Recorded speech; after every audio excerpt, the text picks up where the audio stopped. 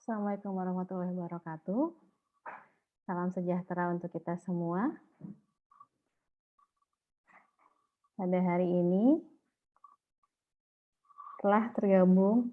kita telah tergabung dalam webinar series Fakultas Hukum Universitas Pajajaran dengan judul Pemanfaatan Sumber Daya Genetik Lokal Indonesia dalam Menghadapi Pandemik COVID-19.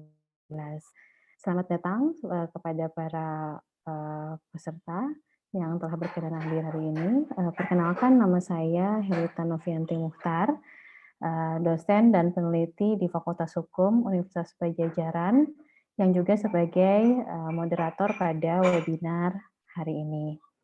Pertama-tama kami sampaikan terima kasih kepada Dekan Fakultas Hukum Universitas Pajajaran, Profesor Dr. An Chandra Wulan, SH-LLM, dan Wakil Dekan Fakultas Hukum Universitas Pajajaran, Bapak Ahmad Gusman Catur Siswandi, SH-LLM PhD, dan tidak pula kami sampaikan terima kasih kepada Manajer Riset dan Kerjasama Fakultas Hukum Universitas Pajajaran, Ibu Prita Amalia SHMH, serta Pak Geri Gumelar SHMH beserta tim yang telah memfasilitasi hingga terselenggaranya webinar kita hari ini. Selamat datang dan selamat bergabung kami sampaikan untuk Bapak Ibu yang baru bergabung dan kepada hadirin yang telah bergabung dalam webinar kita hari ini.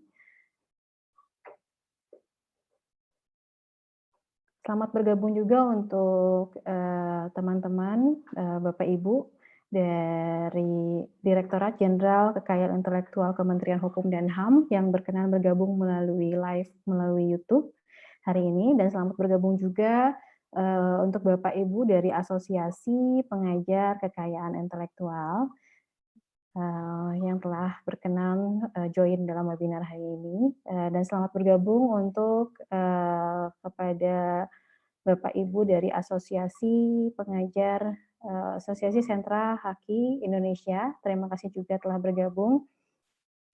Saat ini perlu kami sampaikan bahwa webinar hari ini ditayangkan juga secara live melalui YouTube. Pada webinar hari ini telah hadir narasumber kita, Dr. Nadia Astriani, SH-MSI, dan juga Ibu Dr. Laina Rafianti, SH-MH. Izinkan untuk saya menyampaikan CV pendek dari Ibu Nadia Astriani, Ibu Dr. Nadia Astriani, SH-MH. Ibu Nadia lahir di Bandung, 9 Agustus. Mohon izin tidak menyebutkan tahun ya, Bu. Beliau menempuh pendidikan sarjana hukum, magister hukum, dan doktor ilmu hukum di Universitas Pajajaran. Beliau juga aktif di berbagai organisasi, salah satunya menjadi pendiri organisasi lingkungan Green Life Society, dan sempat bekerja di Indonesia Center of Environmental Law atau ICL. Selanjutnya, izinkan saya untuk membacakan CV pendek dari Ibu Laina Rafianti, Ibu Dr. Laina Rafianti, SHMH. Ialah dosen tetap di Fakultas Hukum Universitas Pajajaran sejak tahun 2005. Pendidikan sarjana, magister, dan doktor diraih di Fakultas Hukum Universitas Pajajaran, dan ketiganya cum laude ya, Bu. Alhamdulillah. Beliau merupakan pegiat haki, khususnya haki komunal. Beliau juga turut serta menyusun naskah akademik Undang-Undang Pengelolaan Pengetahuan Tradisional. Nah, untuk kelancaran acara ini, mohon kiranya para hadirin untuk menonaktifkan mikrofon atau mode unmute pada mikrofon di layar Anda, dan akan diaktifkan kembali saat sesi tanya jawab dimulai nanti. Spesial untuk hari ini, untuk sesi tanya jawab ada 2 buku yang dipersembahkan oleh penerbit Raja Wali, spesial untuk 2 orang penanya kita hari ini. Nanti akan kita pilih. Kemudian untuk mempersingkat waktu terkait dengan judul tema webinar hari ini, seperti yang kita setelah kita ketahui bahwa keanekaragaman hayati itu termasuk di dalamnya sumber daya genetik, itu sangat penting bagi manusia karena merupakan sumber pangan, pakan, serta obat-obatan untuk kita semua. Indonesia merupakan salah satu negara mega diversity di dunia setelah Brazil dan Zaire atau Kongo. Pada masa pandemik ini, COVID-19 yang telah melanda negara kita khususnya dan dunia pada umumnya, ini mau tidak mau kita dituntut untuk mencari sumber daya alam lokal, sumber daya genetik lokal yang berpotensi dan dapat digunakan sebagai bahan obat dan utamanya dapat dijadikan asupan atau mencegah minimal terjangkitnya COVID-19 pada masa pandemi ini. Mudah-mudahan pada hari ini melalui webinar ini kita dapat berdiskusi terkait dengan hal tersebut dan menemukan solusi terkait pemanfaatan sumber daya genetik untuk mengatasi pandemik yang ada di negara kita ini. Untuk mempersingkat waktu, dipersilahkan kepada Ibu Nadia, Ibu Dr. Nadia Astriani SH, MSI, untuk menyampaikan paparannya. Untuk Bu Nadia, waktu dan tempat kami persilahkan. Baik, terima kasih Bu Halita. Assalamualaikum warahmatullahi wabarakatuh. Senang sekali di hari yang cukup cerah ini gitu, kita bisa berbincang bersama membahas situasi yang sekarang sedang sama-sama kita hadapi. Hari ini saya dengan Bu Laina akan membahas tentang sumber daya genetik dalam pemanfaatan COVID. Nanti saya akan memulainya dengan menjelaskannya dari sudut pandang lingkungan, lalu dilanjutkan oleh Bu Laina nanti bicara tentang pengetahuan tradisionalnya. Saya izin untuk share screen-nya dulu.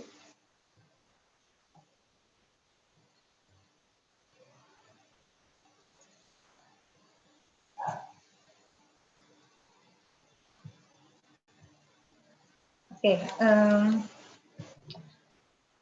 jadi sumber daya genetik itu dalam perspektif hukum lingkungan merupakan bagian dari konservasi sumber daya hayati secara umum. Jadi kalau di konservasi keanekaragaman hayati itu ada 3 tahap gitu dalam konservasi. Yang pertama dalam skala ekosistem, kemudian yang kedua dalam skala spesies, yang ketiganya dalam skala genetik. Nah, adapun salah satu tujuan dari konservasi keanekaragaman hayati ini adalah menjamin terpeliharanya keanekaragaman sumber genetik dan tipe-tipe ekosistemnya. Nah, apa itu sumber daya genetik sendiri? Sumber daya genetik sedikit mengulang, mungkin juga rekan-rekan yang hadir di sini sebetulnya sudah tahu, adalah materi genetik yang berasal dari tanaman, hewan, dan mikroorganisme yang mengandung unit-unit fungsional pembawa sifat keturunan yang mempunyai nilai nyata atau potensial. Jadi segala sesuatu yang memang membawa sifat di dalam dirinya itu masuk ke dalam sumber daya genetik. Nah, karena Indonesia ini seperti tadi yang Bu Halita sudah sampaikan merupakan negara dengan mega biodiversity 3 di dunia, maka kita lihat seperti gambaran saya di dalam paparan, ada sekian untuk tumbuhan aja 80.000 jenis tumbuhan yang bersifat berspora berupa jamur, itu baru dalam bentuk jamur. Banyak lagi ada 2.000 jenis paku-pakuan. Jadi begitu banyak sekali dari tingkat spesiesnya sendiri sudah sangat banyak jenisnya. Nah, tentunya setiap spesies sendiri juga memiliki gen yang berbeda-beda. Sehingga bisa kita simpulkan bahwa beribu-ribu sumber daya genetik yang kita miliki. Nah, dalam pemanfaatannya sebetulnya ada berbagai cara melalui pengkajian, penelitian, pengembangan sumber daya genetik, penangkaran, perdagangan, dan budidaya. Terkait dengan proses pemanfaatannya sendiri, ada konsep proses pemanfaatan sumber genetik ini mengalami perkembangan. Jadi pada awalnya konsep yang digunakan itu common heritage of mankind. Jadi seperti kita mungkin diajarkan bahwa segala sesuatu di dunia ini diciptakan untuk memenuhi kebutuhan manusia. Nah, mungkin dari seperti itu, maka kemudian sumber daya alam dan termasuk di dalamnya sumber daya genetik memang didekati sebagai satu common heritage. Artinya dia memang disediakan untuk seluruh umat manusia, tidak ada satupun kemudian yang berhak mengatakan bahwa itu adalah miliknya. Itu pendekatan yang awal. Tapi pendekatan ini, konsep ini kemudian ternyata banyak menimbulkan kerugian, terutama karena ternyata keanekaragaman hayati ini banyaknya ada berada di negara-negara berkembang. Sehingga kemudian negara-negara berkembang merasa dirugikan dengan ini, karena tidak bisa melindungi sumber daya genetik yang dimiliki. Maka kemudian konsepnya berubah, konsep pemanfaatnya berubah menjadi intangible property, atau yang kita kenal sebagai hak kekayaan intelektual gitu. Tapi ini juga kemudian ternyata belum memuaskan karena ternyata kan di awalnya adalah perlindungannya adalah kepada pemulia tanaman, pemulia genetiknya gitu ya, apakah itu dalam bentuk tanaman atau bentuk apa yang diambil dari tanaman atau hewan dan lain sebagainya. Nah, kembali kita dihadapkan pada kondisi negara maju dan negara berkembang yang tidak seimbang gitu. Jadi banyak negara berkembang tidak memiliki teknologi yang dimiliki negara maju sehingga kembali kemudian dirugikan. Nah, akhirnya kemudian berkembang lagi menjadi konsep yang kita kemudian kenal sebagai national sovereignty. Di sini negara asal gitu, negara asal sumber daya lokal ini berada memiliki hak menguasai dan kemudian negara inilah yang nanti mengatur bagaimana pemanfaatan ini dilakukan. Dan inilah kemudian yang konsep pendekatan yang digunakan saat ini di dunia. Nah, selanjutnya kembali bicara lingkungan dan sumber daya genetik. Jadi kalau kita bawa ke kondisi saat ini yang kita hadapi gitu ya, kan kita ada dari paradigma lingkungan, manusia dan lingkungan itu tidak bisa dipisahkan. Jadi ekosistem yang sehat itu akan menghasilkan sistem pangan dan nutrisi yang baik, dan nutrisi dan pangan dan sistem pangan dan nutrisi yang baik itu akan membuat manusia yang sehat dan produktif. Saya sepakat dengan kata-kata yang mengatakan we are what we eat gitu ya. Apa kita saat ini adalah apa yang kita makan gitu. Kalau misalnya dan itu saya pikir dibuktikan saat ini gitu. Bagaimana kemudian kita belakangan mengetahui semua penyakit yang muncul itu rata-rata berasal dari apa yang kita konsumsi, baik dalam bentuk makanan atau dalam bentuk minuman. Pun yang terjadi pada saat ini gitu, bahwa ketika misalnya walaupun kita masih belum memastikan secara pasti betul asalnya COVID ini dari mana, tapi banyak diyakini bahwa ini berasal dari kelelawar. Nah, tentunya seperti juga flu-flu yang lainnya gitu ya, kita penyakit-penyakit lain seperti flu burung, lalu ada penyakit sapi gila dan lain sebagainya. Itu memang berawalnya dari si ekosistem tadi gitu ya, dari apa yang berada di dalam ekosistem.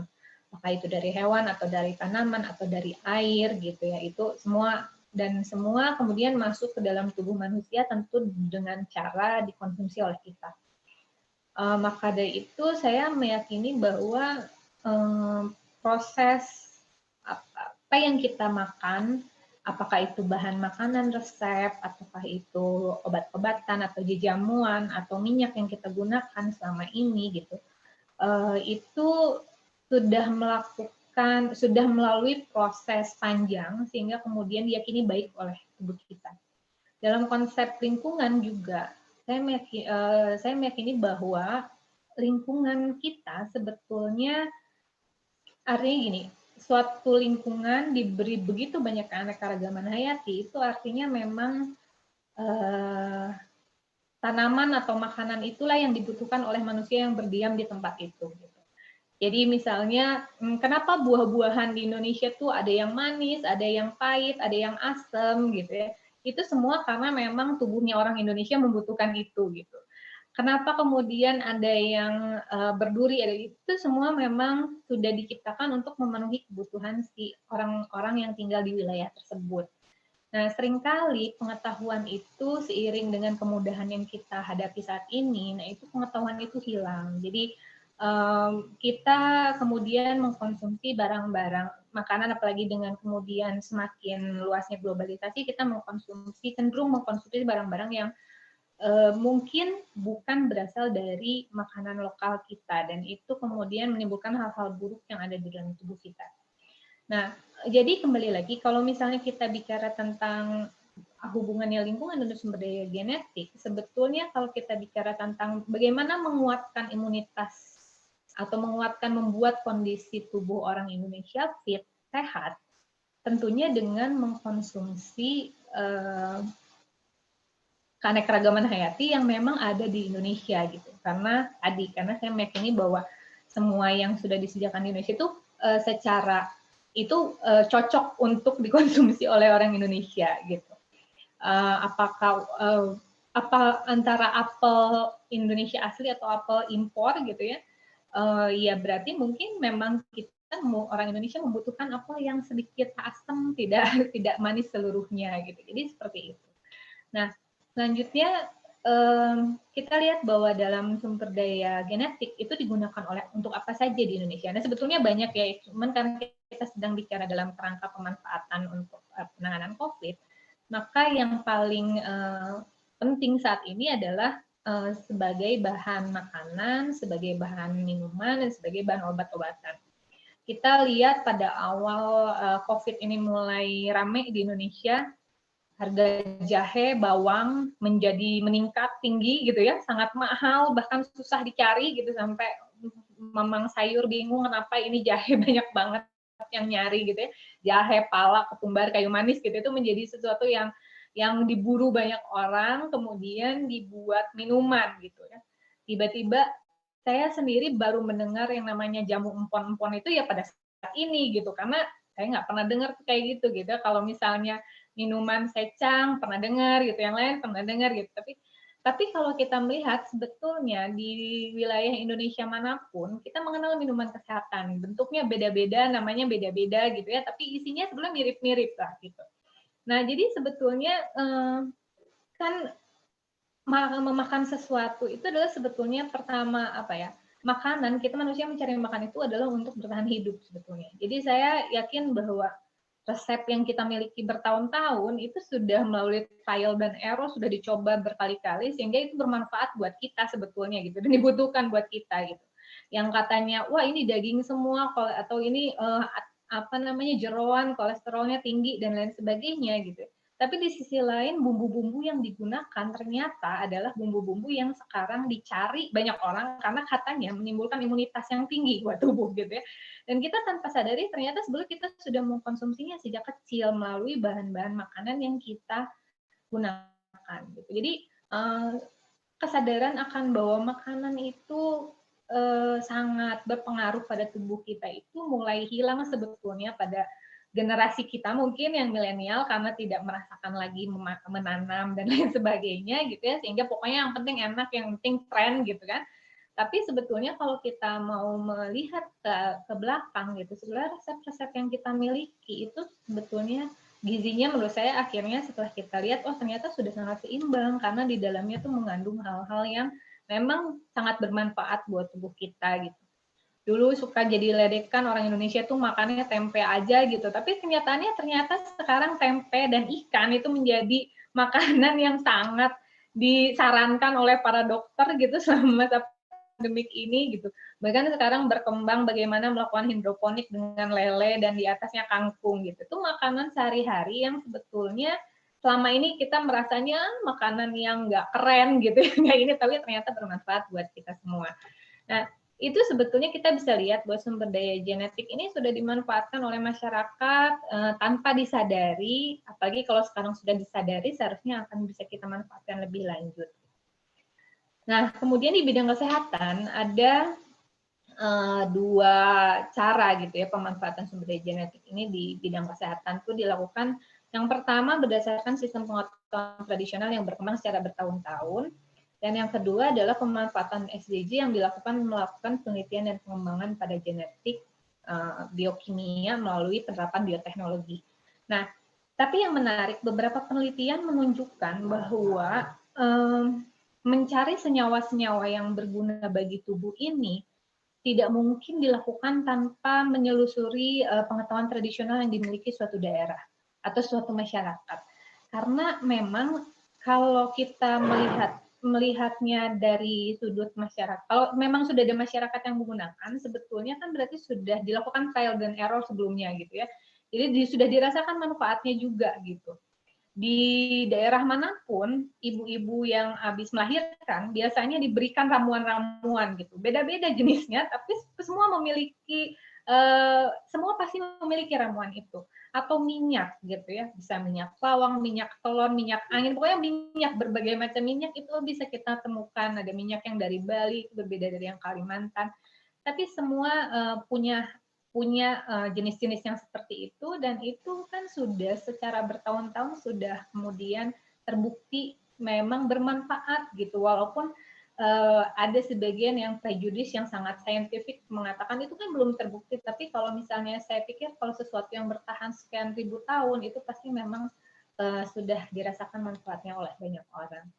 Nah, lalu dari saya mengambil apa sih dasar hukum pemanfaatan sumber daya genetik ini. Kalau dari perspektif lingkungan, kita melihatnya pertama adalah dari Undang-Undang Pengelolaan Lingkungan Hidup lebih dahulu. Bahwa pemanfaatan sumber daya alam itu harus memperhatikan daya dukung dan daya tampung lingkungannya. Artinya memang ketika kita mau mengelola sumber daya alam, itu akan berbeda-beda di satu wilayah dengan wilayah lain, tergantung dengan ada sumber daya alam apa saja di daerah tersebut gitu. Jadi kita nggak bisa memaksakan pengen rambutan binjai misalnya di Bandung rasanya akan sama persis, karena tidak mungkin juga terjadi seperti itu gitu. Karena memang unsur hara dan lain sebagainya di dalamnya berbeda, ya tentunya hasilnya nggak akan sama persis. Nah, kemudian dasarnya setelah itu, maka kemudian ada Undang-Undang Konservasi Sumber Daya Alam Hayati dan Ekosistemnya, di mana sumber daya genetik ini kemudian boleh dimanfaatkan, bahkan memang dilindungi dengan tadi caranya melalui pengembangan, penelitian, budidaya, kemudian ada boleh tukar-menukar dan perdagangan tentunya dengan ketentuan-ketentuan tertentu. Nah, dari Undang-Undang Konservasi ini kan tadi yang paling utama adalah budidaya untuk tanaman. Maka dalam melakukan budidaya, sebelum melakukan budidaya tentunya ada upaya perlindungan dulu, perlindungan varietas tanaman. Kita sudah punya undang-undangnya perlindungan varietas tanaman. Nah, untuk varietas tanaman baru, tentunya PVT-nya ada di pemulia tanamannya. Tetapi untuk tanaman yang memang sudah dimiliki di masyarakat, sudah ada di masyarakat sekian lama, maka pemiliknya adalah pemerintah lokal di wilayah si varietas tanaman itu ada. Yang terakhir kita punya Undang-Undang Sistem Budidaya Pertanian Berkelanjutan, ini baru terbit tahun lalu menggantikan sistem budidaya tanaman. Nah, ini juga mengatakan bahwa segala upaya untuk mencari, melakukan pemuliaan, melakukan pengumpulan sumber daya genetik itu harus dilakukan dengan izin dari pihak yang berwenang. Selanjutnya ada beberapa persoalan dalam sumber daya genetik ini. Yang pertama adalah hilangnya varietas. Hilangnya varietas itu disebabkan oleh dua hal. Yang pertama karena memang lingkungannya rusak. Kita harus akui bahwa sekarang lingkungan kita sudah setiap kali kita membuka lahan untuk melakukan sesuatu, berarti kita pada saat itu juga sebetulnya menghilangkan sekian varietas yang ada di tempat itu berada. Yang kedua, hilangnya varietas ini karena terlalu eksploitifnya terhadap satu jenis tertentu. Misalnya padi. Padi yang sekarang ada di konsumsi dan sekarang ada beredar, sebetulnya kan sama semuanya jenisnya ya, dari R64 kalau tidak salah.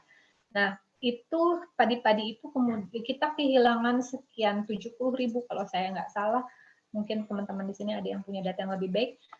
Itu hilang karena memang kita semua merasa ya padi yang ini aja yang diproduksi secara besar-besaran gitu. Padahal kita punya varietas padi yang luar biasa banyaknya gitu ya, tidak semuanya bentuknya bulat-bulat, ada yang lurus, ada yang panjang-panjang, ada yang runcing gitu ya.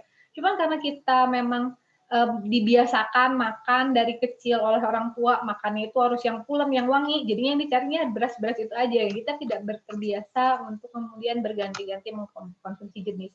Itu hanya salah satu aja padi, tapi juga kita juga banyak sekali yang lain, jagung manis, jagungnya pengen yang manis, sekarang jadi yang dikembangkannya jagung manis, jagung yang lain lupa dikembangkan gitu. Nah ini jadi hilangnya varietas ini bukan hanya karena memang lingkungannya berubah, tapi karena kita juga mengembangkannya hanya satu jenis saja, ya tentunya bisa dipahami karena memang pasar menghendaki seperti itu. Kemudian yang kedua adalah perlindungan terhadap pengetahuan tradisional. Mungkin ini nanti akan dibahas lebih lanjut oleh Bu Laina, jadi saya hanya membahas sedikit, membacakannya aja. Kemudian ada pembayakan hayati, banyak sekali dengan berkedok penelitian gitu ya, banyak dilakukan peneliti datang ke hutan-hutan kita, kemudian mengambil dan kemudian dibawa ke negaranya sehingga kemudian kita kehilangan. Lalu ada inkonsistensi aturan. Saat ini kita belum punya satu aturan khusus yang membahas tentang sumber daya genetik. Seperti tadi dibagi di lingkungan aja ada 4 peraturan yang mengatur tentang itu. Yang tentunya itu pada tataran teknis kemudian menimbulkan permasalahan. Terakhir mungkin bagaimana di tengah pandemik ini gitu kemudian kita jadi berpikir sebetulnya bahwa ternyata susah, daripada susah-susah cari bahan untuk memperkuat diri sendiri, kita bisa menemukannya di negeri kita sendiri. Tapi tentunya ketika kita memanfaatkan tadi, kita nggak bisa eksploitatif, karena kalau kita eksploitatif hasilnya tadi pada varietas tanaman yang kemudian menjadi hilang, karena semua nyarinya jahe, terus jahenya harus jenis jahe merah aja, padahal jahe tuh banyak gitu. Terus madunya harus madu kayak gini aja, padahal madu tuh juga banyak jenisnya gitu, beda pohon beda juga rasanya.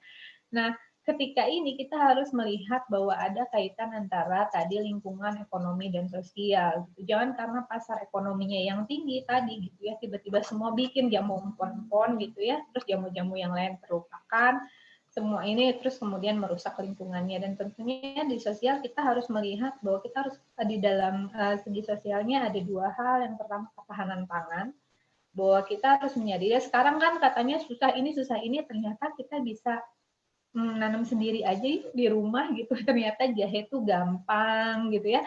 Ternyata cuma nanam apa namanya cengkeh, cabe gitu, tomat itu di halaman rumah.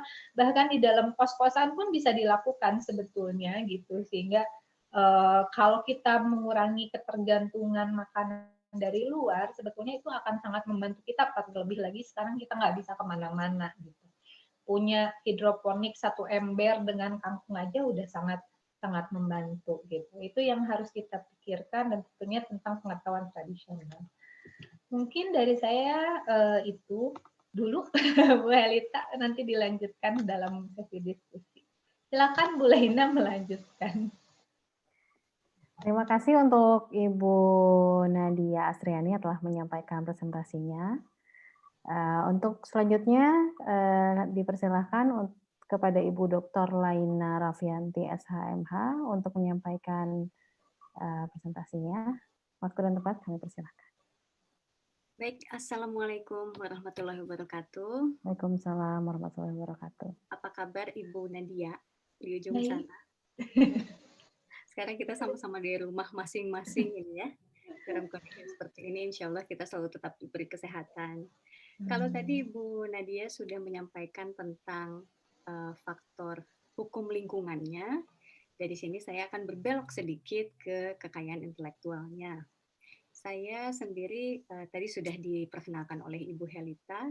Saya tambahkan sedikit, Bu Helita, saya juga ada di pusat studi RAKI. RAKI ini adalah Regulasi dan Aplikasi Kekayaan Intelektual yang diketuai oleh Ibu Miranda Risang Ayu, LSH, LLM PhD. Dan juga saya bergabung di Departemen Hukum Teknologi Informasi Komunikasi dan Kekayaan Intelektual.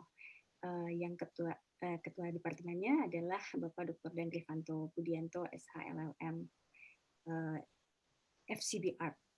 Ya, terima kasih atas keduanya yang telah sangat memberikan motivasi bagi saya di sini untuk menyampaikan tentang kekayaan intelektual komunal dalam pemanfaatan sumber daya genetik. Ini adalah satu respons terhadap pandemi COVID-19 ini. Betul sekali seperti tadi apa yang disampaikan oleh Ibu Nadia, bahwa sekarang ini yang dicari adalah rempah, rimpang. Biasanya setiap pulang dari kampus, Bu Nadia, di Imam Bonjol situ kita belok dulu ke toko yuk ya. cari wedang secang misalnya, cari wedang jahe, apapun di situ yang bisa menghangatkan tubuh. Dari sebelum COVID pun kita sudah terbiasa melakukan seperti hal tersebut. Ya, sepertinya wanita-wanita Indonesia khususnya, saya nggak tahu ya kalau yang bapak-bapaknya seperti apa. Mungkin mereka suka juga ya minum jamu ya. Ini dapat meningkatkan imunitas tubuh, katanya begitu. Nah, tadi yang Bu Nadia sampaikan bahwa dari pengalaman empiris dilakukan seperti itu. Jadi bisa meningkatkan imunitas tubuh. Itu yang kita highlight di sini. Kami di sini tidak akan membicarakan tentang obat, tentang paten obatnya untuk menyembuhkan COVID. Mohon maaf, bukan ranah kami untuk menyampaikan hal tersebut. Tapi setidaknya kita punya apa, hal-hal yang sifatnya lokal, ada di depan rumah sendiri istilahnya begitu, gampang cari ke warung meskipun kita lockdown, tapi itu bisa meningkatkan imunitas tubuh kita, selain tetap harus happy. Universitas Pajajaran tidak baru-baru saja mengembangkan herbal. Ini sudah dilakukan sejak lama. Indonesia khususnya Universitas Pajajaran memiliki hubungan baik dengan Leiden University. Di sini ada Prof. Jens Kerver. Beliau berkali-kali datang ke Indonesia, ke Universitas Pajajaran, ke Bandung, begitupun dosen-dosen dari Unpad datang ke sana dan sudah seringkali melakukan workshop, seminar, bahkan pameran tentang jamu. Tapi kenapa kemudian ini menjadi masalah hukum, pemanfaatan sumber daya genetik ini? Kenapa kemudian jamu, ada ya keterkaitannya jamu dengan masalah hakinya? Ada ya keterkaitannya obat-obatan tradisional dengan masalah haki? Ya, ada. Karena sudah ada beberapa kasus sebelumnya, utamanya banyaknya di India. Karena kita tahu benar ya bahwa India itu mereka juga biodiversity sama seperti Indonesia. Pernah ada satu kasus yang terjadi yaitu dinamakan turmeric case. Suara saya cukup terdengar sampai di sana? Tampaknya tidak terlalu terdengar? Terdengar Bu Lena, terdengar jelas? Ya. Turmeric ini antara India dengan Amerika Serikat. Ini sama seperti kasusnya NIM antara India dengan Amerika Serikat. Jadi apa yang terjadi? Perusahaan-perusahaan di Amerika Serikat, mereka melakukan penelitian, kemudian mematenkan pengetahuan tradisional yang sebetulnya itu sudah pengetahuan tradisional di India, tapi oleh mereka dipatenkan. Sehingga apa? Dikhawatirkan ketika hasil yang mereka patenkan tersebut masuk kembali ke India, itu harganya menjadi melonjak tinggi karena itu sudah patented. Berbeda halnya dengan sesuatu yang sudah umum, bisa dimiliki oleh siapapun. Dengan terikat dengan rezim paten, dia menjadi mahal, dia menjadi eksklusif begitu. Nah, turmeric, masalah kunyit di India itu sudah kunyit itu sudah menjadi sama seperti di Indonesia, makanan keseharian mereka. Dalam setiap menunya, dalam setiap resepnya, hampir semuanya itu menggunakan rempah-rempah gitu ya. Begitupun dengan nim. Ada satu pohon nim.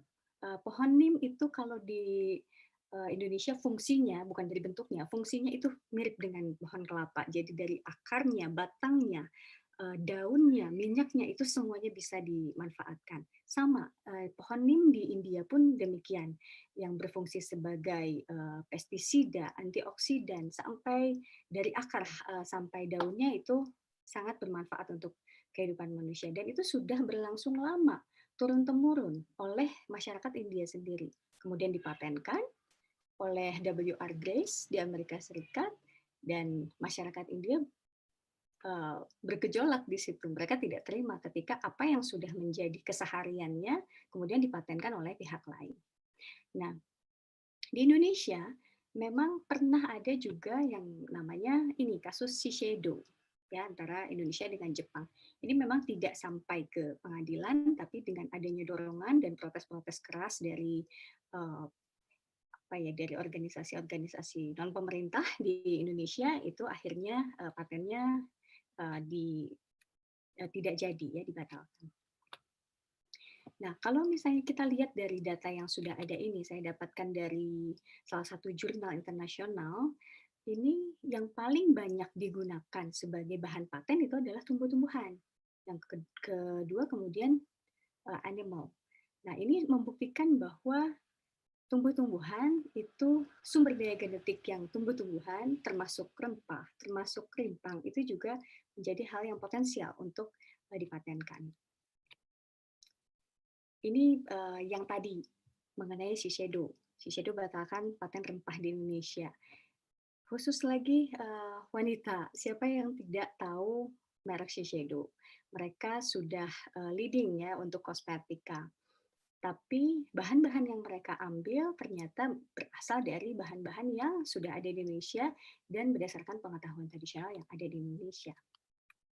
Tapi akhirnya paten tersebut dibatalkan. Beberapa paten dari mereka dibatalkan. Nah ini adalah saudara kembar, bukan fotonya ini ya. Oh ya, saya juga lupa menyampaikan assalamualaikum, selamat sore kepada Akang Teteh dari tim kesenian Unpad yang sudah ikut bergabung juga di Zoom webinar ini. Ini adalah salah seorang penari kita, Teh Inong ya, fotonya. Ini yang sebelah kanan ini ada saudara kembar. Kenapa saya sebutkan saudara kembar? Karena mereka ini satu sama lain saling berkaitan. Jadi tidak bisa kita pisah sendiri-sendiri. Sumber daya genetik saja, pengetahuan tradisional saja, mohon maaf, ekspresi budaya tradisional saja, dan indikasi geografis saja, bahkan ada yang menyebutkan potensi indikasi geografis. Jadi kalau kita bisa pilih, sumber daya genetik ini adalah bahan dasarnya yang tadi sudah disebutkan oleh Ibu Nadia, yang merupakan sumber daya alam, itu adalah sumber daya genetiknya. Tapi bagaimana cara pengolahannya dari secang, misalnya menjadi jamu yang enak. Karena saya pernah dapatkan kayu secang, dan ketika saya olah sendiri kok rasanya tidak seenak yang di Tokoyo ya Bu Nadia ya. Mungkin kita harus ke Tokoyo setelah lockdown ini selesai, setelah WFH ini selesai ya. Itu, jadi ada pengetahuan tradisional tertentu, mbak-mbak jamu itu membuat supaya jamunya enak. Enak diminum, jadi orang-orang selalu ketagihan gitu untuk terus minum. Kemudian juga ada ekspresi budaya tradisional. Ekspresi budaya tradisional, kalau kita dengar dari namanya, apapun kebudayaan yang diekspresikan, baik secara lisan, secara tulisan, secara gerak tarian, atau dalam bentuk patung, itu kalau kita anggap tidak ada keterkaitannya dengan sumber daya genetik, pengetahuan tradisional, ya silakan. Tapi ternyata itu banyak sekali keterkaitannya dengan sumber daya genetik. Banyak sekali keterkaitannya dengan pengetahuan tradisional. Di beberapa daerah di Cirebon sana masih selalu membakar kemenyan ketika ekspresi budaya tradisional atau tari-tarian akan dilaksanakan. Nah, itu juga kan salah satu ada pengetahuan tradisional tertentu. Begitupun potensi indikasi geografis. Ini istilah ini saya ambil dari pusat data, istilah dari peraturan pemerintahnya tentang peraturan menterinya tentang kekayaan intelektual komunal ya, ada istilah potensi indikasi geografis. Tapi di lain itu ada juga indikasi geografis, ada juga yang dinamakan dengan indikasi asal, yang itu memperlihatkan kekhasan dari daerah tertentu. Nah, kemudian di sini ada titik temu antara berbagai undang-undang mengenai kekayaan intelektual komunal di Indonesia. Sebetulnya Indonesia itu belum mempunyai satu undang-undang tentang sumber daya genetik.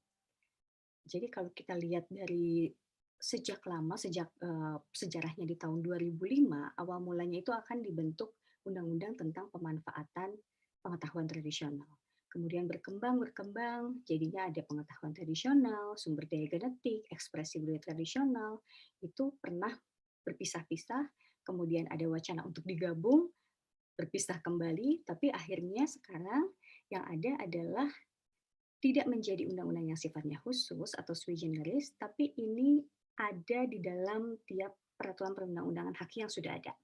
Kalau kita lihat di dalam undang-undang paten, ada ketentuan tentang syarat bahwa ketika ada klaim paten itu harus disebutkan dari mana apabila dia menggunakan sumber daya genetik atau pengetahuan tradisional suatu daerah. Jadi harus disebutkan itu sebagai syarat untuk pendaftaran paten. Kemudian di dalam Undang-Undang 10, Undang-Undang 20 ya tahun 2016 tentang merek dan indikasi geografis. Ini juga disebutkan apa itu indikasi geografis, apa itu indikasi asal. Kemudian di dalam Undang-Undang 28 tahun 2014 tentang hak cipta, ini disebutkan bahwa ada ekspresi budaya tradisional. Termasuk di dalamnya ada upacara. Nah, ini yang saya sebutkan tadi. Di Bali, itu upacara-upacara yang dilakukan sekarang tepat seperti apa yang dikatakan Bu Nadia tadi. Mereka tidak lagi menggunakan beberapa, mohon maaf ya, saya katakan beberapa di antaranya tidak lagi menggunakan produk-produk lokal, produk-produk pertanian lokal. Ini antara ekosistemnya yang tidak lagi ramah lingkungan atau bagaimana, saya kurang tahu mengenai hal itu ya Bu Nadia ya. Tapi yang pasti karena bahannya tidak ada, jadi mereka mencari yang lain. Atau justru kebalikannya, karena mereka yang adanya yang lain, mereka tidak menggunakan atau membudidayakan kembali bahan-bahan yang memang dulu ada di sana. Jadi ini keterkaitannya tinggi sekali antara ekspresi budaya tradisional dan uh, pengetahuan tradisional juga sumber daya genetik. Sehingga kalau kita lihat, ini mengerucut menjadi satu pemanfaatan sumber daya genetik, tapi dari berbagai ranah hukum. Ada hukum kekayaan intelektualnya, kemudian juga tadi yang disampaikan oleh Ibu Nadia, hukum lingkungan, dan tidak terlepas juga hukum tentang pemajuan kebudayaan. Karena di dalam hukum pemajuan kebudayaan itu diatur tentang bagaimana caranya akses, bagaimana caranya benefit sharing, bagaimana caranya izin gitu. Karena sementara ini tidak ada undang-undang sui generis yang mengatur tentang SDG, aksesnya seperti apa, ini seperti apa. Memang tahun lalu pemanfaatan pelindungan dan pemanfaatan sumber daya genetik ini sudah sempat dibahas di Komite 2 DPD RI ya, tapi untuk tahun ini setahu saya dari Bu Nadia sudah masuk ke prolegnas ya Bu Nadia ya. Ya. Baik. Kemudian ya, ini Bapak Ibu, ini jamu-jamu di toko Yu sana yang sangat kita kangeni gitu ya. Ini saya bukan iklan loh ya. Tapi memang begitu kenyataannya. Kalau suntuk sedikit pasti kalau nggak ngopi jamu gitu ya atau ngeteh cantik gitu ya. Wah, ini sore-sore Saum jadi bicara ngeteh cantik. Artinya ada beberapa poin yang penting dalam pemanfaatan sumber daya genetik yang pastinya harus adil dan seimbang. Yang pertama adalah harus adanya inventarisasi. Inventarisasi itu jamu itu apa. Kemudian ketika orang lain ingin tahu, ya kita harus sediakan aksesnya. Inventarisasi itu apa, dokumentasinya seperti apa itu juga harus jelas. Saat ini memang yang melakukan inventarisasi ada berbagai lembaga seperti disebutkan saja Pusat Data Nasional yang tadi kekayaan intelektual komunal, kemudian ada juga lembaga di bawah Kementerian Pendidikan dan Kebudayaan, yaitu dalam pencatatan dan penetapan warisan budaya tak benda. Saya sudah menemukan di WBTB, di warisan budaya tak benda ada jamu dari Jawa. Tapi kemudian di yang lain-lain saya belum menemukan adanya inventarisasi dan dokumentasi yang baik mengenai hal ini. Kemudian apabila kita ingin memanfaatkannya, kita harus mengatur juga bagaimana akses dan pembagian keuntungannya. Aksesnya bagi orang lain harus bagaimana jika akan mempelajari jamu itu apa dan akan menggunakannya, sehingga jamu itu semakin lebih banyak dikenal oleh masyarakat luas, bahkan sampai luar negeri. Ini tamu kita yang seringkali setiap tahunnya, Prof. Iren ya, Bu Helita, itu setiap tahunnya pasti ngajak minum jamu kalau datang ke Unpad. Beliau aja sangat terkesan ya dengan jamu Indonesia. Kemudian hal penting lainnya adalah ketika pandemi seperti ini dan mungkin ya dimungkinkan ada patennya terhadap ini dan tapi ini di luar ini saya ya, di luar kapasitas saya karena saya tidak paham apakah benar-benar memang ada paten untuk ini. Ketika ada paten untuk ini dan dalam masa pandemi kita juga harus ada keseimbangan gitu ya. ketika ada sumber daya genetik lokal, kemudian dipatenkan, tapi kemudian ada pandemi, itu tetap harus diseimbangkan antara kepentingan masyarakat luas dengan kepentingan si inventornya atau pemegang paten. Tapi satu hal yang penting yaitu adanya sinergi. Saat ini sinergi yang baik antara petaninya itu sendiri yang menghasilkan rempah-rempah, kemudian komunitasnya, lalu juga pemerintah, pelaku usaha, konsumen, ya semuanya ini harus menjadi satu sinergi yang baik. Saya melihat dari paribasa Sunda, mipit kudu amit, malah kudu bebeja.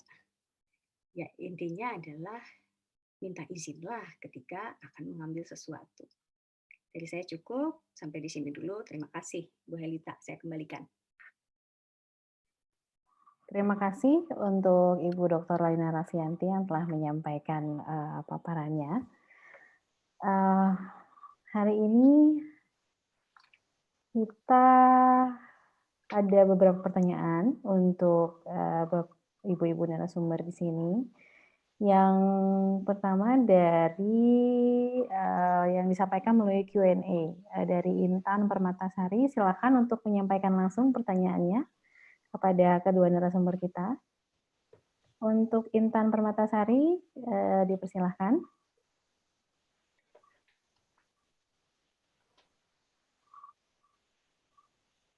Halo Intan.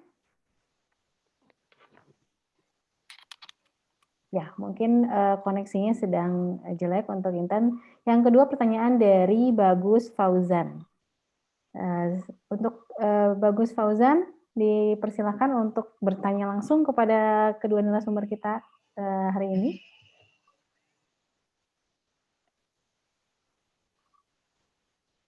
Ya, halo. Bagus Fauzan. Ya, mungkin saya bacakan saja ya pertanyaan dari. Ya, silakan. Oh, ada. Halo, selamat sore Ibu. Selamat sore. Silakan Bagus untuk menyampaikan pertanyaannya. Iya Bu, saya cuma ingin nanya saja. Saya Bagus Fauzan. Bebas maksudnya mau dijawab sama siapa. Cuman kan saya kan pada saat ini kan mendalami juga haki dan belajar tentang haki komunal seperti yang tadi sudah disampaikan oleh Ibu Laina. Nah, pertanyaan saya sih sangat simpel saja Ibu ya. Apa langkah awal yang dapat dilakukan untuk melindungi SDG sumber daya genetik saat ini?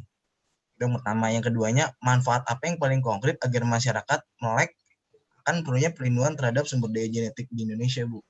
Karena sesuai yang tadi sudah diceritakan, sebenarnya sudah banyak dipakai kan. Cuman orang masih awam dan setiap saya bercerita kepada teman-teman dan sanak keluarga itu pasti ribet, nanti dilindungi lagi, nanti biar lagi ribet. Nah, maksudnya step langkah apa yang bisa kita lakukan dari bawahnya sendiri. Sedangkan kan kalau dari lembaga pemerintah itu kan di JNKI kan sudah membuat satu komunitas ya, namanya Kekayaan Intelektual Komunal, dan salah satunya adalah sumber daya genetik. Itu dia, cuman pada sampai saat ini mereka bisa menginventarisir cuman hanya satu pintu, hanya dari pihak internal mereka saja, sedangkan dari kita untuk login saya sampai saat ini belum bisa seperti itu, Bu. Ini itu aja Ibu sudah sampaikan. Terima kasih. Ya, silakan untuk dijawab oleh mungkin oleh Bu Laina Raffianti. Baik, terima kasih. Apa kabar Bagus? Bagus ini alumni magister untuk kekhususan kekayaan intelektual di Unpad ya. Bagus. Iya Bu. Ya, saya mau tanya dulu nih sama Bagus. Bagus mencintai kekayaan lokal Indonesia tidak? Apakah Anda juga masih menggunakan, masih mengkonsumsi kekayaan lokal Indonesia, sumber daya genetik lokal Indonesia? Kita mulai dari situ saja dulu. Siap Bu. Ya. Masih sih Bu, kebetulan maksudnya kalau saya sebagai maksudnya di setiap saya nongkrong nongkrong gitu, bahasanya lagi nongkrong misalnya dengan teman-teman, biasanya suka sekali minum namanya temulawak Bu. Bahkan di tempat-tempat coffee shop sekarang udah mulai ada minuman temulawak. Di tempat bisa saya nongkrong gitu sama teman-teman saya, bisa di tempat temulawak, dan benar-benar murni Bu. Dan sedangkan dari kecil kan itu udah ada Bu ya. Masih suka Bu sampai saat ini Bu. Ya. Bagus sekali, artinya bagus. Iya, Bagus Bu. ini namanya, jadi bagus. Iya, Bu. Ya, itu adalah hal yang baik sekali karena itu semua dimulai dari diri kita sendiri untuk kita sendiri dan kemudian dikembangkan oleh kita sendiri. Jangan kita menyalahkan pemerintahnya tidak ini, tidak itu. Jangan kita menyalahkan siapanya, tapi diawali dari diri sendiri. Cintailah produk Indonesia itu bukan hanya slogan yang ada di teks setiap hal yang berbau asli Indonesia gitu, tapi itu harus juga dijiwai pemaknaannya. Cintailah produk lokal Indonesia itu dulu. Kemudian nanti ya sinergitas yang tadi antara pemerintah, kemudian bagaimana pemberdayaan petaninya gitu ya, bagaimana kita melakukan inventarisasi dan dokumentasinya, siapa yang melakukan apa itu juga harus jelas dulu, baru semuanya bisa sinergi. Mungkin Bu Nadia ada tambahan? Ya, tambahannya sebetulnya mulainya udah menyimpulkan dengan baik ya, mulainya dari kita sendiri karena sebetulnya sekarang tuh di dunia mulai ada gerakan yang namanya know your own food gitu ya. Jadi kita kembali diingatkan untuk sebetulnya asalnya makanan yang kita konsumsi itu dari mana gitu.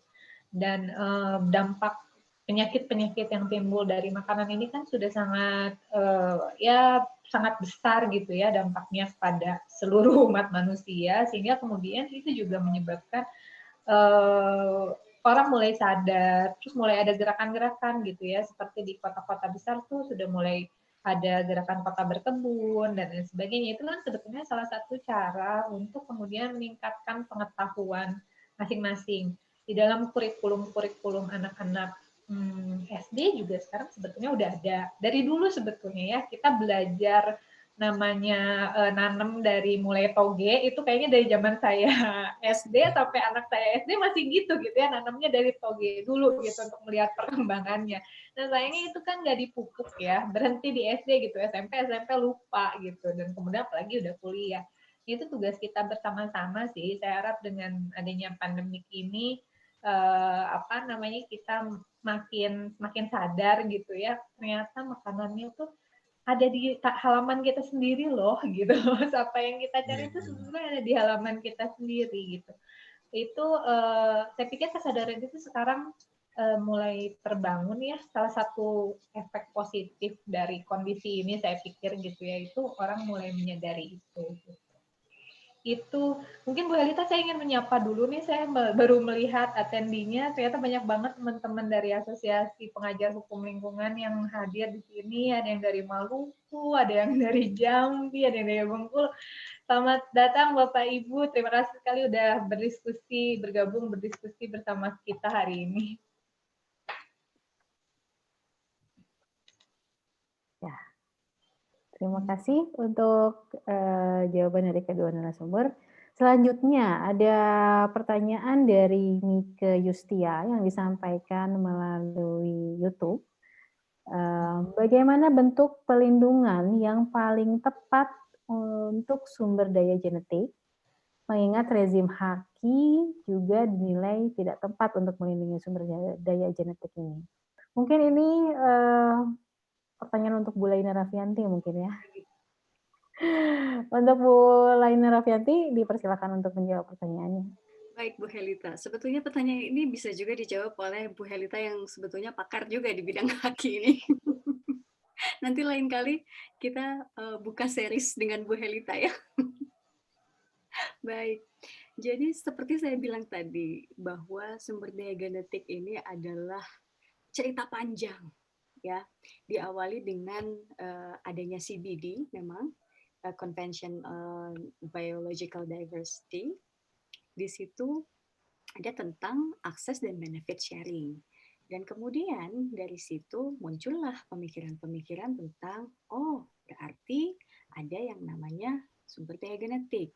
Sumber daya genetik kemudian dijadikan apa? Dijadikan obat, ya, dijadikan makanan, minuman atau sesuatu, atau yang lainnya, misalnya pakaian atau apa gitu ya. Melalui apa? Melalui pengetahuan tradisional. Oleh siapa? Oleh masyarakat lokalnya. Saya tidak sebutkan itu indigenous people, yang penting itu masyarakat lokal yang ada di situ. Kemudian baru terpikirkan lagi, oh ada upacara-upacara tertentu, ada ekspresi budaya tertentu yang dilakukan. Artinya ada keterkaitannya juga dong dengan ekspresi budaya tradisional. Nah, kalau pertanyaannya sumber daya genetik itu baiknya seperti apa? Kita lihat saja perjalanan dari 2005 sampai sekarang di Indonesia belum kunjung ada undang-undangnya tentang sumber daya genetik. Kita berkaca pada India, yang tadi kita banyak berkaca dengan adanya kasus-kasus yang sudah ada di India. Mereka pun masih draft sampai hari ini. Bill mereka yang tahun 2016 sampai hari ini masih draft. Mereka pun belum bisa mewujudkan satu undang-undang di bidang ini. Nah, tapi ini adalah salah satu langkah yang sudah progresif yang dilakukan oleh pemerintah Indonesia, yaitu memasukkannya ke dalam undang-undang kekayaan intelektual yang ada, yaitu salah satunya undang-undang paten tentang syarat paten. Tapi apakah itu cukup untuk melindungi sumber daya genetik? Belum cukup. Itu untuk melindungi sumber daya genetik yang ada keterkaitannya dengan paten ketika dia diolah menjadi suatu hal lain. Nah, kemudian bagaimana? Ya tetap undang-undang khusus atau sui generis tadi di bidang sumber daya genetik tetap harus maju. Begitu, Bu Helita. Ya, terima kasih untuk jawabannya yang memuaskan. Selanjutnya ada pertanyaan dari yang datang dari Mela Ismelina Parma yang disampaikan melalui Q&A di webinar hari ini. Untuk Mela Ismelina, dipersilakan untuk menanyakan langsung kepada kedua narasumber kita hari ini. Selamat datang Prof. Mela. Selamat datang Prof, silakan. Iya. Ya, terima kasih. Halo. Iya, Prof. Silakan, Prof. Oh iya, ini sedikit ingin bertanya.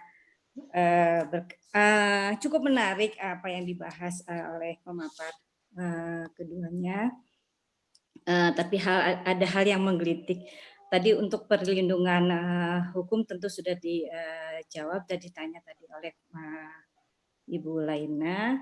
Nah, saya mungkin fokusnya ingin ke ini aja, persoalan berkaitan dengan pengobatan tradisional, Ibu.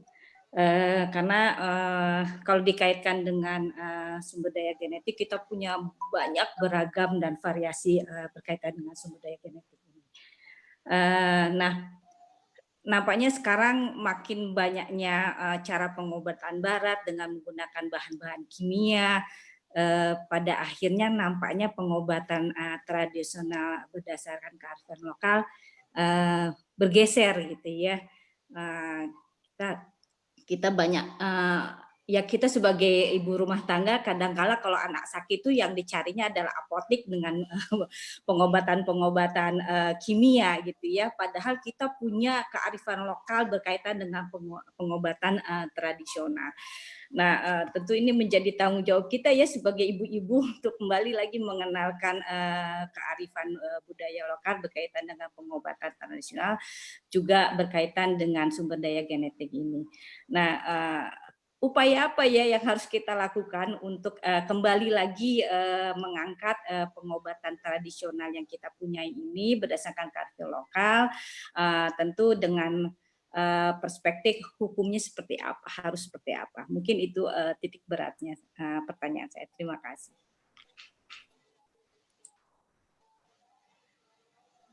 Ya, terima kasih untuk Prof. Mela Ismelina. Silahkan dijawab oleh Bu Nadia mungkin. Boleh. Memang sekarang ini kenapa kemudian kita memilih pengobatan umum gitu ya, Prof? Saya pikir karena memang kita sejak kecil, ya saya sendiri gitu ya, sejak kecil oleh orang tua juga memang dibawanya ke dokter gitu kan, setiap sakit dibawanya ke dokter gitu. Tapi sebetulnya Prof sekarang ada suatu model atau misalnya kita bisa mulai lihat di kalangan ibu-ibu muda sebetulnya gitu kan, dimulai dari mengurangi antibiotik gitu kan, itu pengetahuan yang kemudian muncul belakangan, kemudian menjelaskan bahwa ternyata juga kita setelah sekian tahun ternyata kita terlalu banyak mengkonsumsi obat. Sehingga sekarang kalau dilihat ada tren di kalangan ibu-ibu muda itu mulai mengurangi konsumsi obat yang berlebihan, artinya ya bukan berarti nggak dikasih obat juga gitu aja, tapi konsumsi obat yang nggak berlebihan. Cuma memang sayangnya Prof, yang saya sadari mungkin pengobatan tradisional ini memang secara dia informasi tentang pengobatan tradisional ini kan tidak turun temurun gitu ya, tidak turun temurun, maksudnya misal pijat gitu ya, hanya beberapa orang beda tipe pijatnya kalau kita bandingkan dengan pijat Thailand gitu ya, shiatsu kayak gitu yang sudah mendunia. Pijat ala Indonesia itu kan mungkin hanya dikenal orang-orang yang kemudian misalnya datangnya ke Bali gitu kan, kayak gitu. Atau sebetulnya gitu di Indonesia ada sesuatu yang menarik juga, ternyata di Bandung salon-salon di Bandung itu banyak sekali kedatangan orang-orang dari Malaysia waktu sebelum COVID ini berjalan ya, dan itu sangat laku sekali semua paket-paket perawatan tubuh di salon-salon di Kota Bandung itu sangat laku di kalangan turis-turis Malaysia, Singapura dan sekitarnya sebetulnya, karena dianggap bermanfaat gitu.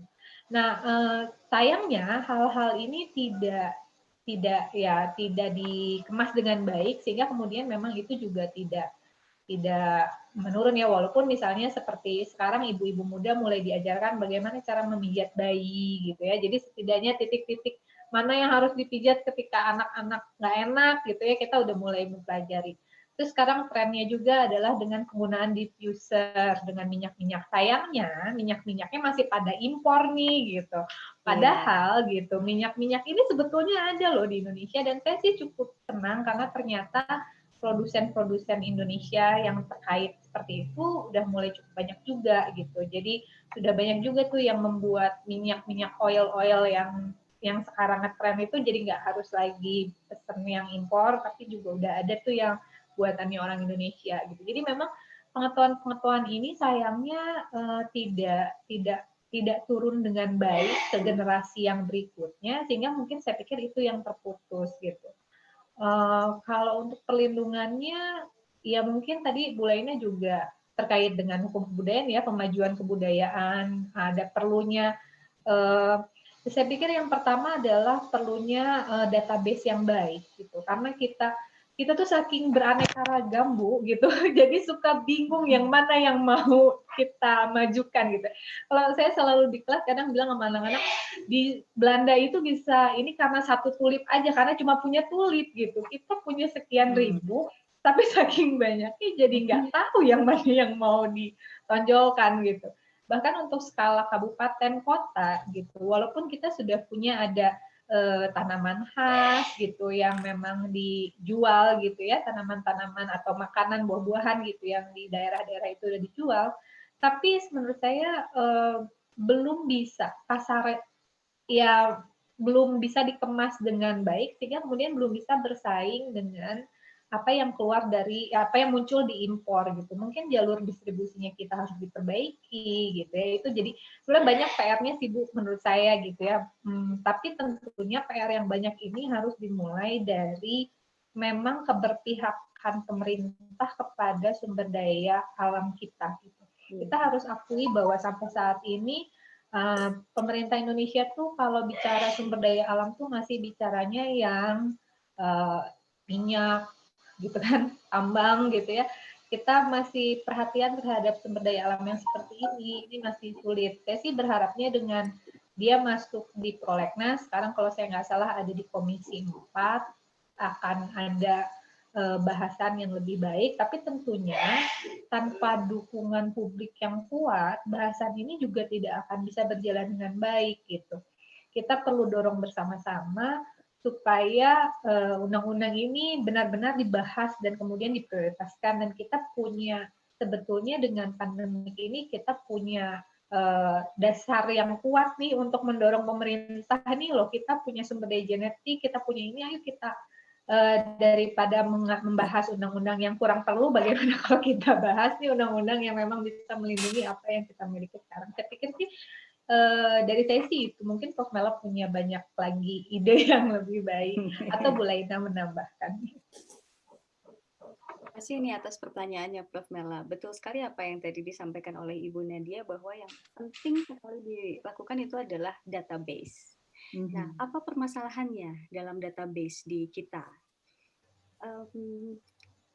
Untuk database yang melalui Kementerian Pendidikan dan Kebudayaan saja, misalnya untuk warisan budaya tak benda, kita masih minim sekali database tentang makanan, ya, produk makanan.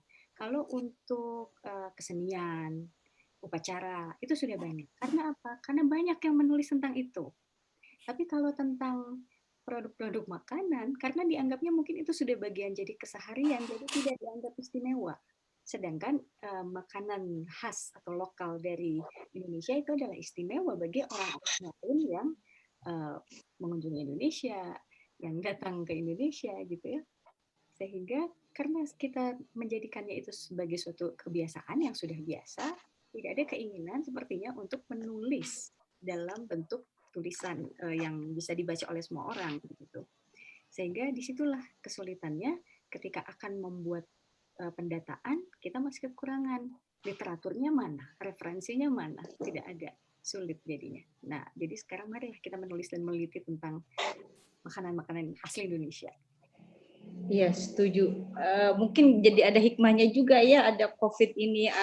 Jadi kita sedikit tahu bagaimana cara pengobatan tradisional, dan mungkin kita agak kebakaran jenggot juga ya dengan pengobatan tradisional ini, sehingga jahe melonjak harganya dan sebagainya. Itu mungkin hikmah dari COVID ini. Tapi mungkin menjadi kewajiban kita mungkin betul untuk menghimpun lagi data, menghimpun lagi berkaitan dengan sumber daya genetik yang bisa dijadikan obat-obatan tradisional. Kemudian mungkin Ibu Laina dan Ibu Nadia bisa menyusun buku berkaitan kompilasi pengobatan tradisional gitu, sehingga bisa diturunkan nanti ke anak cucu kita gitu, seperti itu. Nanti kita bareng-bareng ya Bu, kita bikin. Insya Allah mudah-mudahan. Terima kasih atas kesempatan yang diberikan. Sama-sama Ibu. Terima kasih untuk Ibu Mela Ismelina atas pertanyaannya. Selanjutnya pertanyaan dari Ria Wirma Putri yang datang melalui YouTube. Bagaimana menyeimbangkan kepentingan masyarakat komunal, pemilik, dan kepentingan individu dalam rezim hak intelektual berkaitan dengan sumber daya genetik. Nah, ini mungkin Bu Laina lagi nih pertanyaannya. Ya, bisa. Silakan untuk Bu Laina. Dilengkapi juga oleh Bu Nadia ya. Ini memang masih menjadi satu masalah besar ketika kita tahu kita punya sumber daya yang bagus, sumber daya genetik yang bagus, tapi kemudian ketika akan dimanfaatkan masuk ke arah pemanfaatan, dan kemudian ada hasilnya yang bisa menghasilkan uang gitu. Kemudian bagaimana cara pembagiannya? Di situ bingung lagi. Nah, siapa yang berhak? Nah, itu yang harus dilihat dulu. Siapa yang berhak? Kemudian kalau ada invensi di situ, sejauh mana invensinya? Apakah dia benar-benar memiliki invensi? Atau dia hanya merupakan pengulangan dari pengetahuan tradisional yang sudah ada? Atau bentuknya adalah dia hanya dalam bentuk pengemasan, dalam bentuk-bentuk lain yang di luar rezim paten misalnya. Misalnya masuk ke rezim mereknya, atau masuk ke rezim-rezim yang lain. Nah, itu juga masih menjadi satu masalah, tapi pastinya hal itu bisa dinegosiasikan dan dibuat dalam satu bentuk persetujuan bersama para pihak. Disitulah kuncinya. Memang ini belum menjadi suatu hal yang lazim di kita. Kita selalu menunggu undang-undangnya mana, ketentuannya mana, aturannya ada atau tidak. Tidak memulai sendiri. Dengan memulai sendiri, silakan bersepakat para pihak, toh kesepakatan itu pun bisa menjadi undang-undang bagi para pihak.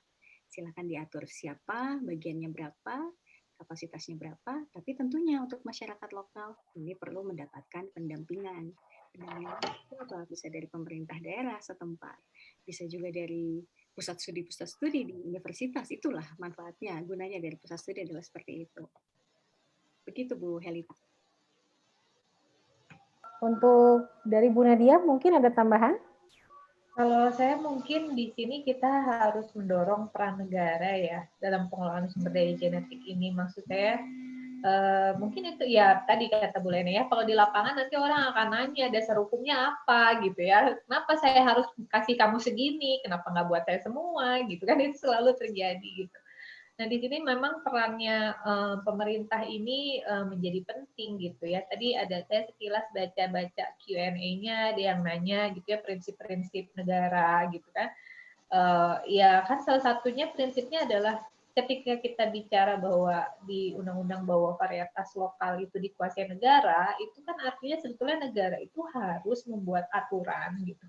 Berapa sih, bagaimana sih pembagiannya gitu ya, terus apa sih yang dibolehkan gitu, untuk apa sebetulnya ini bolehnya, bagaimana caranya, dan lain sebagainya. Itu kewajiban yang harus kita dorong bersama-sama untuk segera diatur. Nah sayangnya memang kan sumber daya genetik seperti yang tadi Bu Laina bilang itu kan ada di mana-mana ya, ada di makanan gitu ya, maksudnya rendang tuh ya rendang gitu, padahal di dalam rendang ada banyak sekali gitu ya bahan-bahan makanan yang ternyata bermanfaat gitu ya. Terus padahal ada juga satu hal yang ternyata menarik gitu dalam masa pandemik ini. Kan setiap produk makanan itu kan harus didaftarkan ya untuk mendapatkan BPOM. Nah, ternyata sekarang ada karena pandemik gitu ada kemudahan untuk hand sanitizer, APD kayak gitu ya, bahan-bahan untuk apa yang mendorong penanganan COVID ini tuh banyak mendapatkan percepatan lah untuk keluar apa izinnya gitu ya, untuk keluar nomor registrasinya. Termasuk ya kalau jamu dari luar aja bisa segera dapat registrasi BPOM, tentunya jamu Indonesia ya harus bisa lebih cepat lagi kan gitu untuk dapat registrasi dari Badan POM gitu. Jadi sebetulnya ini kesempatan yang luar biasa gitu ya, harus kita manfaatkan bareng-bareng nih untuk para apa ya, pemanfaat pemulia SDGs gitu ya, untuk SDG ya jadi SDG sumber daya genetik untuk yuk kita bareng-bareng gitu dorong untuk kemudian ya minimal di tingkat sebetulnya kan di daerah juga ya dengan bahan-bahan apa dengan tanaman-tanaman lokal yang harus dilindungi. Kalau misalnya tidak bisa skala nasional, mungkin di daerah kita bisa dorong bersama-sama.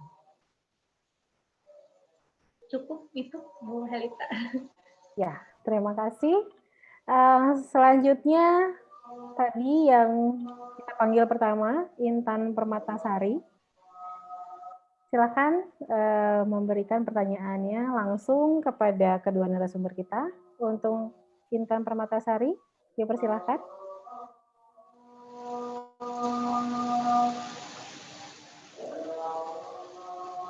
Halo, Intan.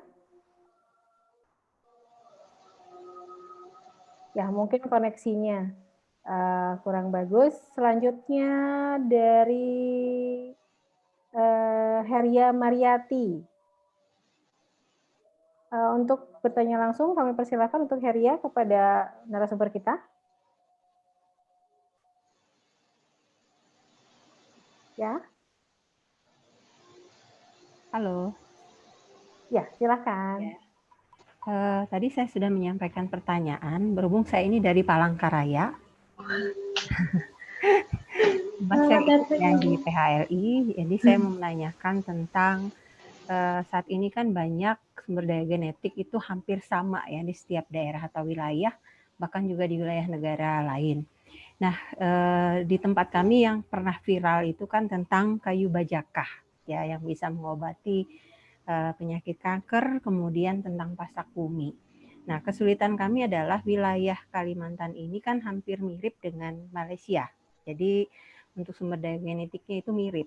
Nah, kemarin kita pernah ada kasus terkait tentang pendaftaran untuk dua jenis obat-obatan dari tumbuh-tumbuhan ini untuk pasak bumi. Cuman lebih duluan Malaysia. Padahal kalau kita lihat lebih banyak itu di Kalimantan ya untuk potensi sumber daya genetik yang berasal dari tumbuh-tumbuhan ini. Nah, pertanyaan saya adalah bagaimana caranya kita bisa melindungi sumber daya genetik kita yang memang hampir di setiap wilayah atau daerah itu punya kemiripan dan kekhasan yang hampir sama. Mungkin itu yang bisa saya tanyakan.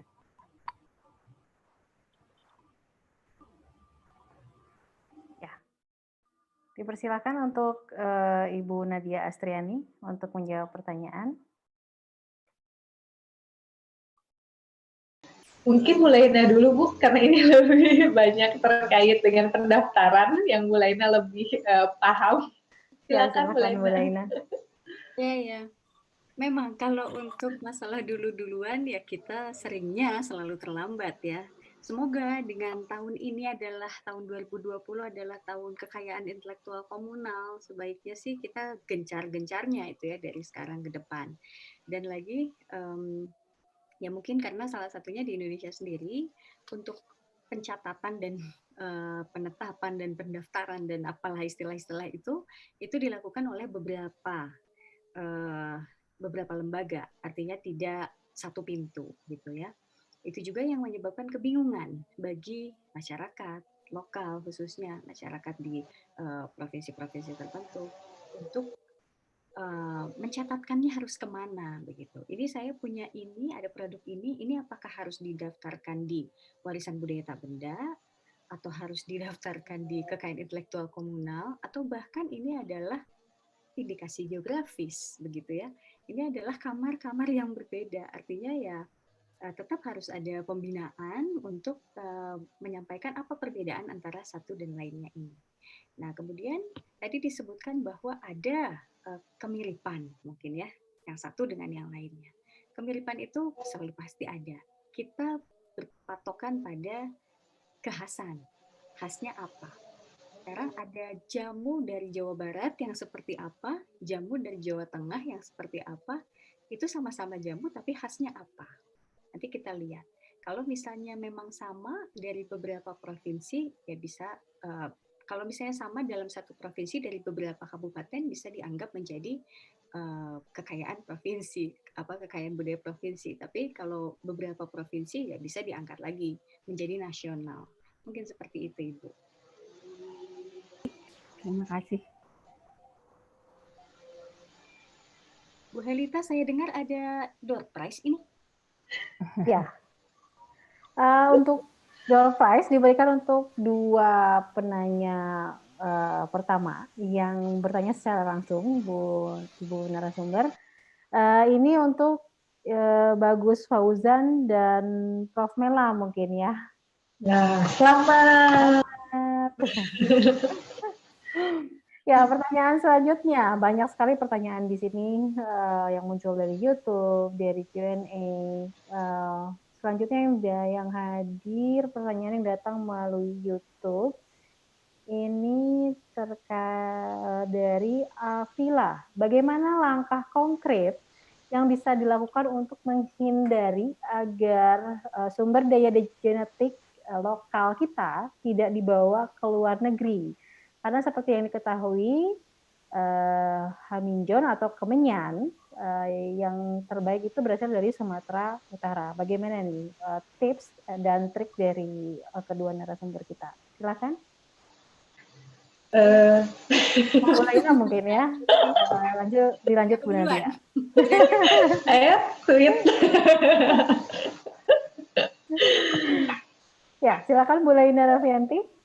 Selanjutnya dilanjutkan dengan Bu Nadia. Oh, saya dulu. Oke. Ya. Kalau saya sih pada prinsipnya ketika ada akses dan ada benefit sharing itu harus seimbangkan ya. Yang akses dengan kita memiliki sumber daya genetik, kita bisa memberitahukan itu kepada semua orang gitu bahwa di sini ada, kecuali kalau ada hal-hal yang bersifat untuk upacara adat yang bersifat rahasia gitu. Kemudian nanti orang-orang juga punya hak untuk memanfaatkannya juga. Nah, dalam hal pemanfaatannya itulah yang perlu ada benefit sharing. Kita harus dapat apa gitu ya sebagai karena si tanamannya itu misalnya ada di kita. Nah, ada satu mekanisme yang namanya adalah material transfer agreement.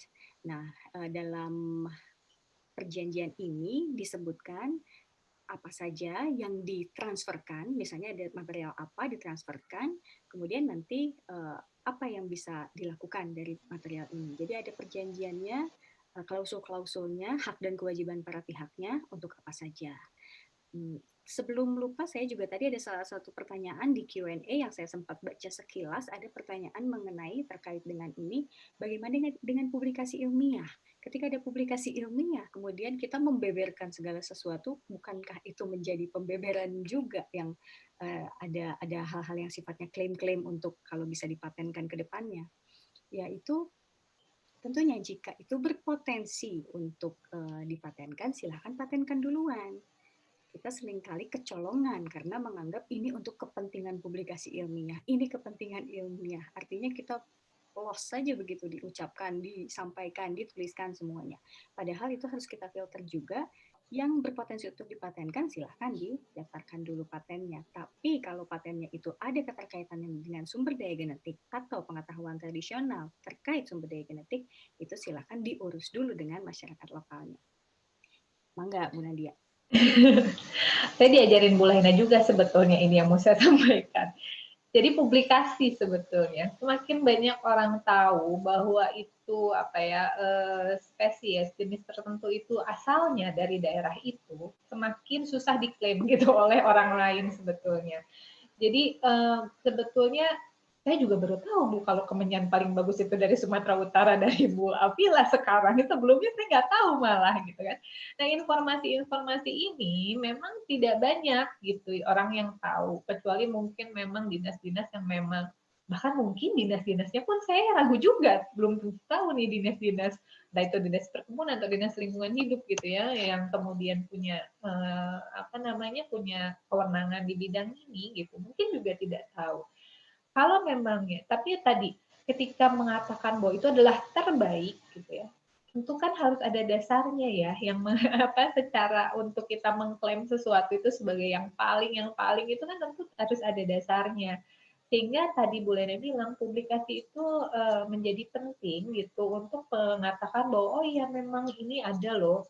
Kedua mungkin bisa juga mendorong bahwa tanaman-tanaman ini masuk ke dalam tanaman khas di provinsi tersebut gitu, sehingga kemudian menjadi perhatian khusus bagi pemerintah daerahnya untuk melindungi tadi jenis tanaman tadi gitu. Jadi memang harus didekati dengan berbagai segi. Cuman yang paling harus kita tingkatkan ini adalah pengetahuan kita gitu tentang jenis-jenis keanekaragaman hayati yang kita miliki gitu.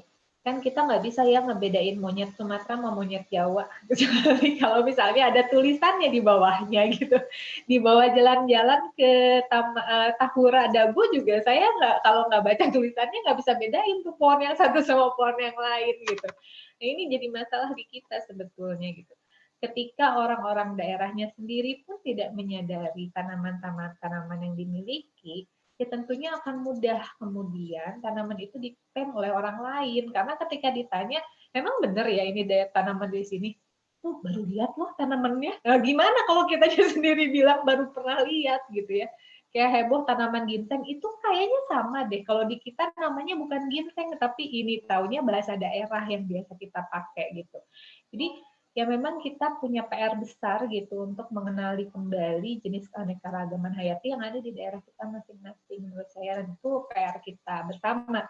Sayangnya mungkin juga di ranah hukum, saya sih juga jarang sih ketika saya sama Bu Lena menyiapkan materi ini, kita juga punya kesulitan yang nggak ya cukup ya. Ternyata publikasi tentang sumber daya genetik ini nggak terlalu banyak ya Bu Lena ya gitu ya. Jadi sangat apalagi yang kaitannya sama hukum, kalau masih kaitannya dengan obat atau dan lain sebagainya itu lumayan lah. Tapi kalau yang kaitan sama hukum tuh banyaknya ya pasti selalu bahasnya nanti ke paten, ke merek ya, ketika sudah diatur sudah dimanfaatkan secara massal gitu. Tapi ketika bicara tentang yang tadi ya, gimana sih sebetulnya pijatnya orang Bali sama pijatnya orang Jawa, itu nggak ada tuh yang bahas tentang itu, atau makanan kata Bu Lena tadi gitu ya. Sampai rame ribut rendang Padang itu boleh, rendang itu boleh kering atau itu kan jadi viral gitu. Itu menurut saya itu ya, kita bisa melihat ternyata hal seperti itu kita kurang aware, karena mungkin tadi seperti Bu Lena bilang, ini adalah hal-hal yang kita anggap ya sehari-hari gitu, kayaknya nggak perlu gitu. Tapi ternyata dalam kondisi-kondisi kayak gini, ternyata perlu juga ya ini untuk diatur gitu dan dilindungi. Mungkin itu. Ya, terima kasih untuk jawabannya dari Ibu narasumber. Selanjutnya, ini masih penasaran untuk bertanya, yang bertanya juga melalui YouTube akhirnya, yang tadi kita panggil dari tadi.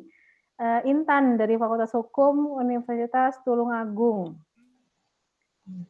Bagaimana prinsip-prinsip utama dalam pemanfaatan sumber daya genetik yang mengacu pada nilai-nilai Pancasila dan TAP MPR nomor 9 tahun 2001 tentang pembaharuan agraria, dan bagaimana sinkronisasinya serta harmonisasinya dalam pengaturan pemanfaatan sumber daya genetik? Nah, ini mungkin dijawab oleh pertama Bu Nadia dulu mungkin ya, karena agraria dulu nih.